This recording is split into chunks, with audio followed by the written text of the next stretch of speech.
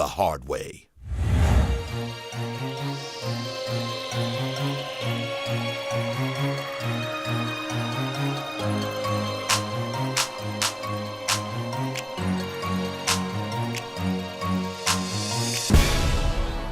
At an early age, the game of football is recognized as being a sport full of fun, camaraderie, and teamwork. But to realize the dream of playing professional football, the inspiration must be cultivated in the minds of our nation's youth. Once the dream is developed, the game of football becomes a symbol of fame and prosperity. In many cases, heartache, struggle, and disappointment become the harsh truth. Every high school player who's the star in high school assumes he's gonna be the star in college. They just assume that, hey, I'm gonna be the man, I was the man here, I'm gonna be the man there. But when they get to college, guess what?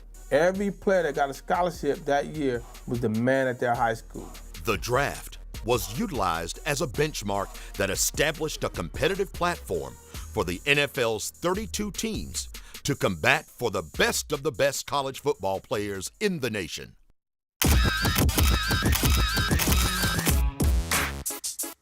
In the mid-1930s, the National Football League hosted its first annual college draft in Philadelphia, Pennsylvania. Standing a mere 6'1", 195 pounds fresh out of the University of Chicago, halfback Jay Berwanger was the first college football player to be signed in the draft by the Chicago Bears. The two-time All-American was also the first college player to win the Heisman Trophy in 1935. In 2011, the future of the NFL was threatened by the league's worst labor situation since 1987. NFL owners and administration locked out players out of any and all that were affiliated with the 32 league franchises.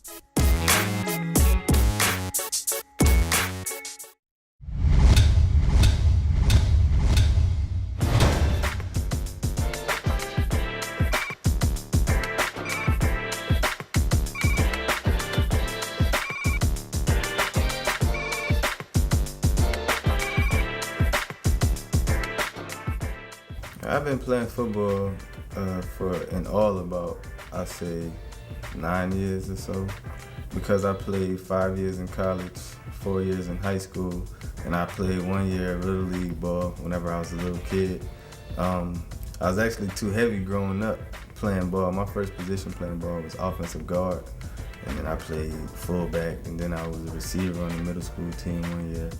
And actually my freshman year, my first year actually playing real quarterback on a high school team. The first game of the season, I broke my wrist, so I didn't even get the chance to play. And then I moved up to New Jersey for sophomore through senior season, and I played football 3 years of starting varsity quarterback in New Jersey.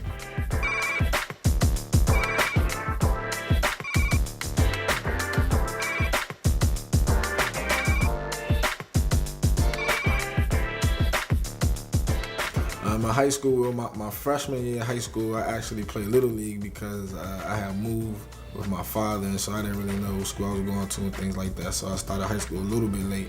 So I played rec ball, but 10th grade, I played a little bit of JV, and they moved me up to varsity. I was playing receiver. But my junior and senior year, I played quarterback, so I was playing quarterback and corner. I was a non-qualifier coming out of high school, so like my SAT scores and my GPA wasn't to the standard for the clearinghouse.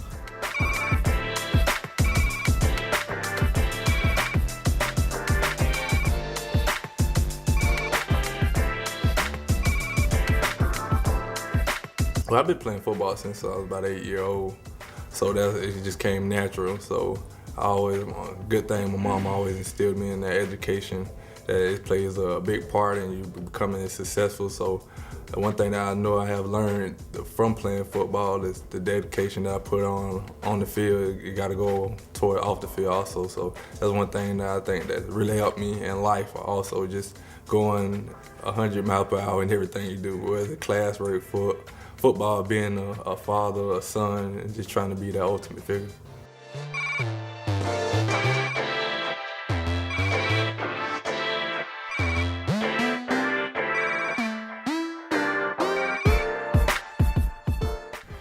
I remember starting out at North DeKalb playing for the Eagles.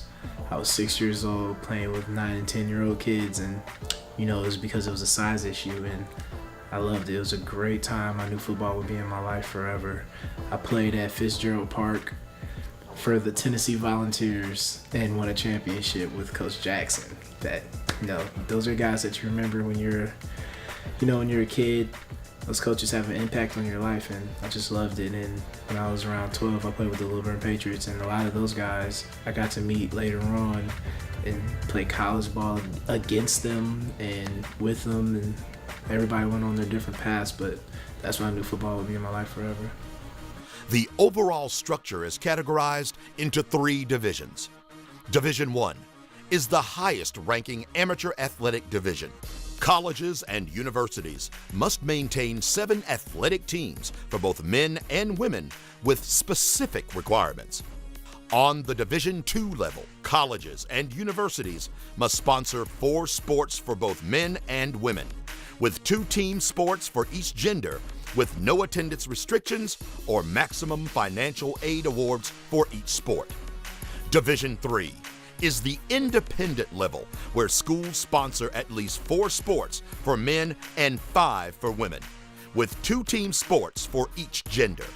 On this level, no student athletes receives any dollar amount related to their athletic ability. Naturally, I'm a quarterback. I'm a leader. I take charge.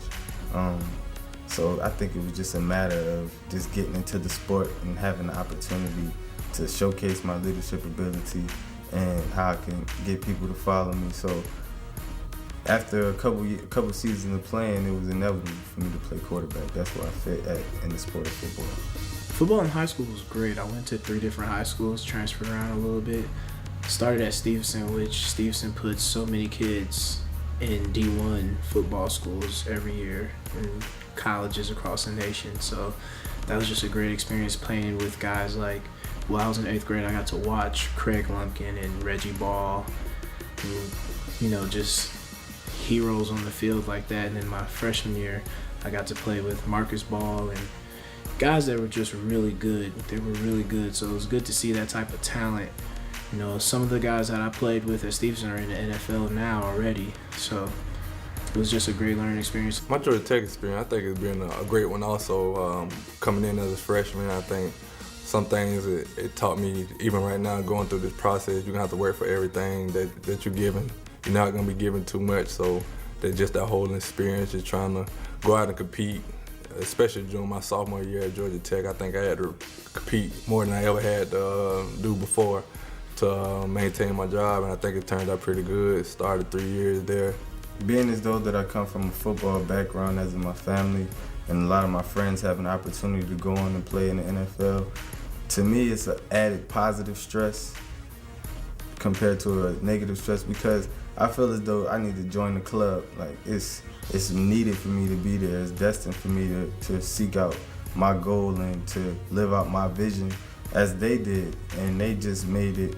They say you create your own statistic, so I'm going to put myself in the positive side of statistic. If it's 1 in a million, I'm going to be that 1 out of a million. So the fact that they made it, it gives me even extra encouragement to saying I know I can make it also.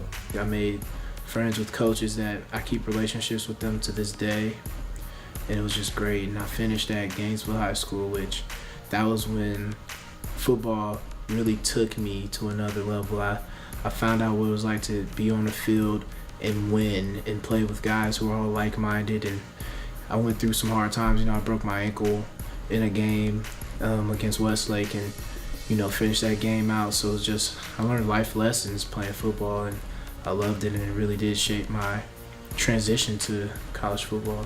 The camaraderie you have with meeting your teammates, coaches, guidance, structure. I mean, football is it's a good sport. A lot of things about adversity, you're going through the process, it's not going to be the way that you want it to be. You always kind of like have a map of how everything is going to be drawn out, but it's going to have detours in the way there. And I think that's how training is sometimes too. You're not going to hit your results. You're going to have some bad days where you feel like you're not hitting your times. So I think this process and Georgia Tech has just helped me elevate everything that I want to do, and especially towards seeking my future in the NFL. Prep football dates back to the 19th century. During these early years, players were recruited based on academics and character. The NCAA is the regulating support system that governs athletics sponsored by colleges and universities. By today's standards, the National Collegiate Athletic Association sets the rules and dictates the way the game is played. According to NCAApublication.com's report entitled 2004-2010 Revenues and Expenses, ticket sales, concessions, media rights, and alumni contributions generate large revenue, exceeding general expenses for at least 22 football Bowl Division I institutions. This excessive revenue estimates from $211,000 to $41.9 million. Delaware State coach that recruited me is a thing where you can be called Proposition 48. You go to school for a year, you sit out a year, then you get your eligibility back the next 5 years. So I took that route. The recruiting process is pretty good. Coming out of high school, I got recruited by a lot of the ACC schools, SEC schools, including Maryland, Virginia Tech, Duke, North Carolina, and also from the SEC, South Carolina, Vanderbilt. A couple of those schools was really interested. Also, a couple schools out west, also UCLA, Cal, but it was a little bit too far for me to go away from home.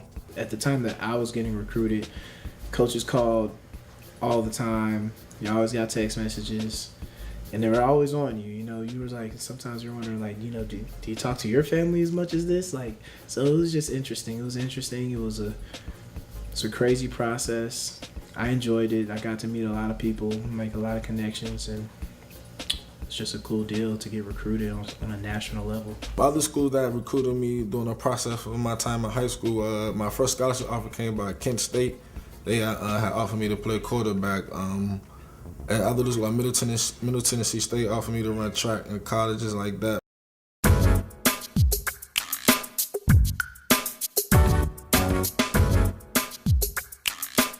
After the third year of college eligibility, a player can declare to enter the NFL draft. By contacting the player personnel office, submit an academic transcript, complete official paperwork, and agree to sign over the rights to play college football. The player will need legal representation by finding an agent. This is the most important decision of the process and can be vital to a player's success in being chosen by one of the 32 teams in the NFL. There are a lot of criteria, I think, that goes into it. I mean, you obviously want, at the end of the day, this is a business, much different than college football. So you want someone who's competent, who's has the ability that you feel, the ability to do a good contract on behalf of your player. That's the end goal. But to me, there are other things that go into it as well. I think, you always send your kids out and you tell them that you represent me, and ultimately the agent is your representation. He's the face of Nick Clater or any other player that's coming out. And you want someone who represents you well, who understands the business, who has experience in the business, who could get a strong contract, but who's concerned about you as a person as much as he is as a football player.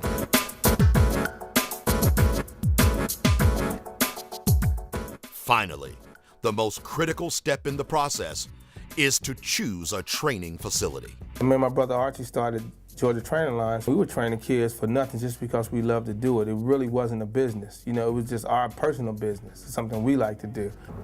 Currently, I'm a trainer at Georgia Training Alliance. I also coach quarterbacks as well. Played football for roughly 11, 12 years. Been playing since I was 11, so that puts me about 14, 15 years. 6 years professional experience. Currently now I'm coaching Anthony Glott. Anthony's a senior out of Delaware State University. Anthony came to us by way of so many guys there at the gym. Knew him and went to see him play and invited him to come train with us and getting ready for the NFL draft. LaRon Moore, I trained him for the NFL Combine 2011 from Delaware State.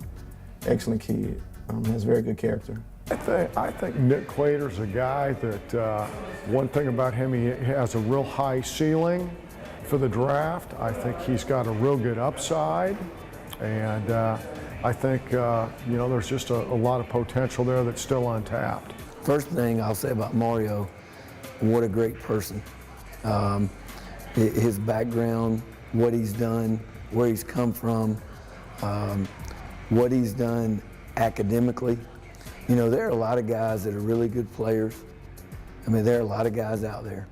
But a guy that can come to a school like Georgia Tech and excel like he did, not only in the classroom, but on the football field as well, that's huge. The one thing I'll say about Mario is he's always been Mr. Consistent. Whatever you ask of him, he's going to be where he's supposed to be. He's very reliable, and he, no matter what happens in football, he is going to be a very productive part of society. Anthony is a very smart player. Anthony is one of those guys that he can do it all. He can throw out of the pocket. He can make those plays on the run as well. He has the ability to improvise. He's great at that. One thing to his credit is that Anthony had a lot put on him during his last season at Delaware State. He made a lot of calls, plays from scrimmage, plays there in the huddle, some things that he just saw. He knew how to manipulate, take advantage of, something that a heady, experienced quarterback has the ability to do. LaRon's position, he's a slash guy. I call him a change of pace, game breaker. And what that is you can play receiver, you can come out the backfield, and you also are a return specialist, which myself that I play. So it made it that much easier for me to identify what his problems were. Also, I converted myself. I was converted from a track guy, football guy, to a track guy. So I understood what some of his challenges were from track and playing football. It's a thing where you want to build a kid's confidence. We've had high school kids in here whose confidence is totally shattered by their high school coach. And they come in here and we teach them some new things, and they'll spend the summer going to football camps at the universities, the summer combines, and they will say, wow, the stuff we learned from GTA really works. So now what happens? Their confidence builds. Now they go into the season. I had one kid last year from a certain high school that came and trained hard all summer, right? He was at the back of the bench. Guess what? Game day, opening night, September, he's a starting corner for this particular high school. And we're all there cheering him on, and the kid had a great season. Now he's going to one of the major universities, in the United States because of the season he had. The guys, it's a passion for us. As we start to train and teach a kid, we start to get personal with him, So you don't want to sell a kid false dreams and false hopes, because you'll have 252 players drafted to the NFL, right? You have 4,000, 5,000 kids running around training, trying to find an agent. Some kids are looking for agents that don't need an agent. You were a backup, but you're a senior. You might have had 5 catches that year. You're not going to get drafted. It happens. The reality is you're a good college player and you need to find a job, right? But the thing is, what we like to do is find those kids that I have a passion for this. If we catch a kid, we'll look for kids, throughout their college career and say, wow, I see what this kid is doing. Because of our vast experience and knowledge and awareness to the game, we'll notice something and say, you know what, if I had that kid for a couple weekends, I could correct what he's doing. Now, once we get that kid into the facility and he likes it, he's going to go back and tell his friends. At the decline of Alabama's winning football seasons, Bear Bryant realized the fight to integrate the southern region would have to be battled on the field. In 1970, Bryant set the stage for a cross-country face-off against the USC Trojans. Moments after kickoff, segregated Crimson Tide faced the ugly truth. Segregation must come to an end.